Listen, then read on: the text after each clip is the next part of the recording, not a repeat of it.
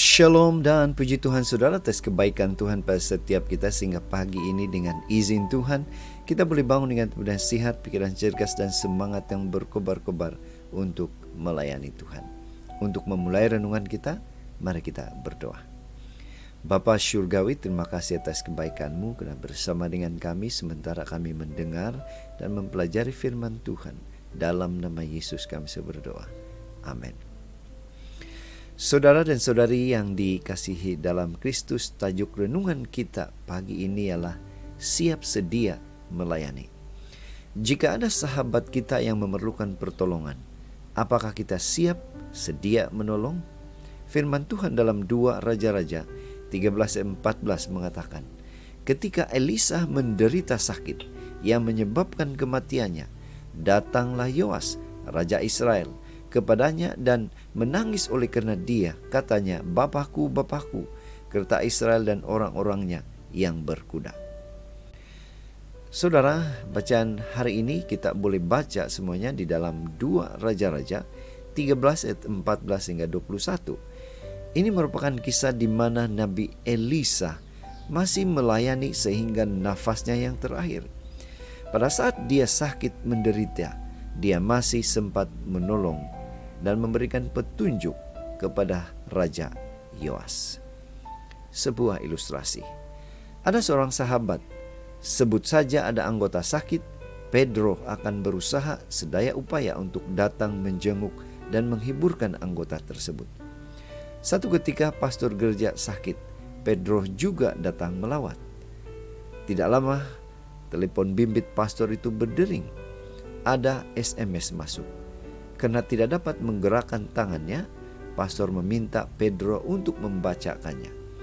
Ada anggota gereja yang message, kata Pedro kepada pastor. Anggota ini meluahkan masalahnya kepada pastor. Dengan tenang, pastor itu memberikan jawaban kepada Pedro untuk membalas SMS tersebut. Isinya sangat menghiburkan dan menguatkan. Pada saat itu, Pedro juga begitu terharu. Pastor ini tidak mengira dalam keadaan tubuh yang kesakitan, pastor tetap semangat untuk menolong orang lain yang lebih sehat. Kembali kepada bacaan kita hari ini. Elisa memiliki tabiat yang luar biasa. Dia tidak membiarkan kesakitan menghalang pelayanannya. Penderitaannya pasti berat. Penyakit inilah yang menyebabkan kematiannya juga. Ya, tidak lama kemudian ia meninggal dunia. Namun, dia sempat memberikan banyak petunjuk. Walaupun tidak sepenuhnya ditangkap atau difahami oleh Raja Yoas, Elisa tetap berusaha menolong. Tuhan Yesus juga menjadi teladan yang sama. Dalam kesakitannya di kayu salib, Yesus tidak mengabaikan penjahat di sebelahnya. Lukas 23:43. Yesus tetap siap sedia untuk melayani. Saudara, bagaimana dengan kita? Karena biasanya orang yang menderita cenderung memikirkan diri sendiri saja, mengasihani diri, dan kemudian mengabaikan orang lain. Ingat saudara, Tuhan boleh bekerja melalui manusia, termasuk mereka yang sedang menderita. Saat seorang meminta pertolongan kepada Tuhan, boleh saja Tuhan memakai kita untuk menolong orang tersebut.